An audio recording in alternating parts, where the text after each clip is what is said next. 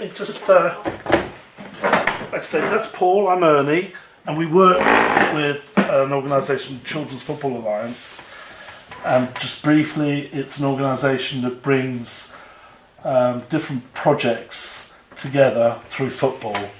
So this particular project is about having a chat about your community football and your experiences in and around issues like racism and social selection and things like that. I mean, in terms, yeah, our club is predominantly white male, yeah. So does that, with you guys, where are you from? My parents are from Jordan. Jordan. This was I was born in the 50s, 1957 in North Devon, which is a different world. And we're talking about before the M4, the M5 and the dual carriageway that took, so it was a 7.5 hour journey to London.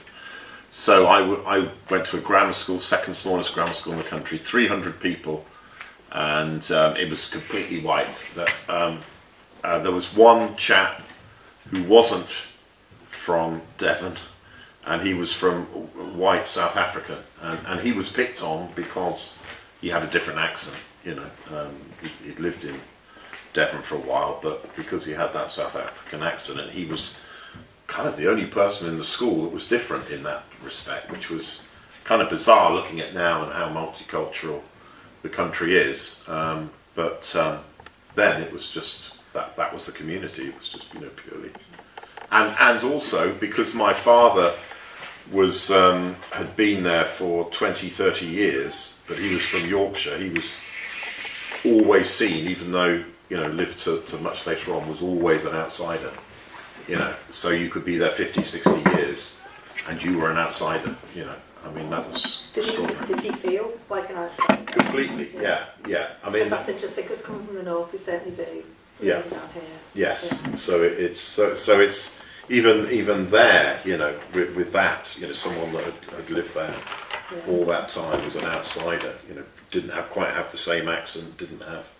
So that's kind of, you know, then you're kind of breaking things down to really kind of, you know, quite extraordinary, really, you know. And it's interesting because when we're talking about the demographics are important, and you know, how Salisbury is made up in terms of its population is of concern when we're talking about things like Black Lives Matter, because unless you address those issues with young people, there's every prospect that they don't engage with them at all and live a very insular life in a town where it's, you know, predominantly fairly well off, predominantly, you know, of a certain generation, and certainly of a certain racial characteristic and makeup.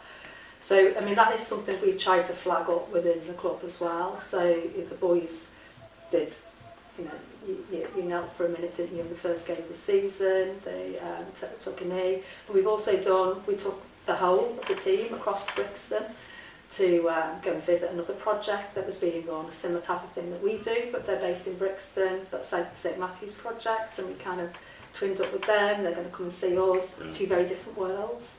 So we're going from an almost entirely white environment, we went to play football in almost entirely black environment, and so it's just those experiences that you wouldn't get if you lived in a city that's like Salisbury. So when we're sort of talking about it being kind of problem free, it's generally it's not in the sense of what that might mean for everybody who grows up in the town as they get older, because they're not being perhaps enabled to engage with wider issues that affect us as citizens of, you know, of a broader community, really.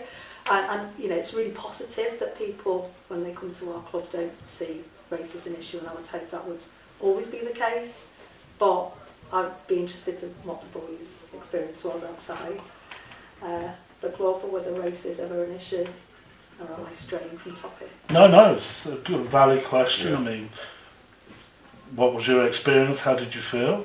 I've never been like that so far in my life. Everyone that I've met have been warming and welcome, so I haven't been, you know, affected that much by it. It's football that's the problem on the playground, and when football will often dictate whether you're good at sport or not, and if you're no good at football, you're no good at sport, and that's primary school. Did you find that?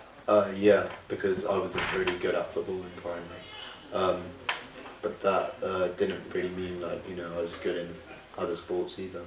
But then when I came into secondary school, I got a bit better and like developed. Yeah. Why? Always for more passionate. You come from a football family though. Yeah. One of my brothers play football, that's about it. But yeah, because as you get older, it's more competitive. So obviously you want to win more, because when you were younger, I guess you played more for fun with your friends, but now it gets like, you know, like more physical and like harder. I play in a ball court, like in a court area, so it's just been like more passionate about it, like just, you know, having fun. There's a really good quote as well from Di Canio, who played for West Ham, the Italian player, and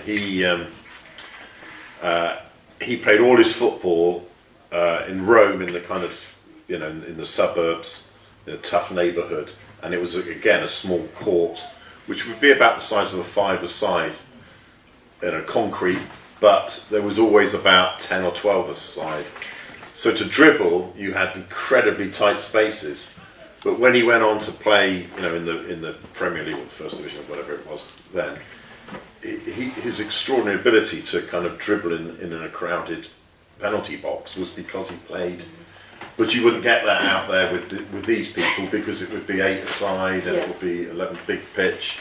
But those scenarios, you know, created brilliant players, which we think now, we would think, oh, that must have been a handicap, only having a small concrete, you know, which is really for about a 4-a-side or 5-a-side, but it actually makes you. It's actually a benefit. So it's, and that's something we've tried to do very much as part of our club, isn't it? You know, we have our weekly sessions on the ball court, and that is just because it's a place that they can meet and we facilitate it, and we just stand back and then just get on with it.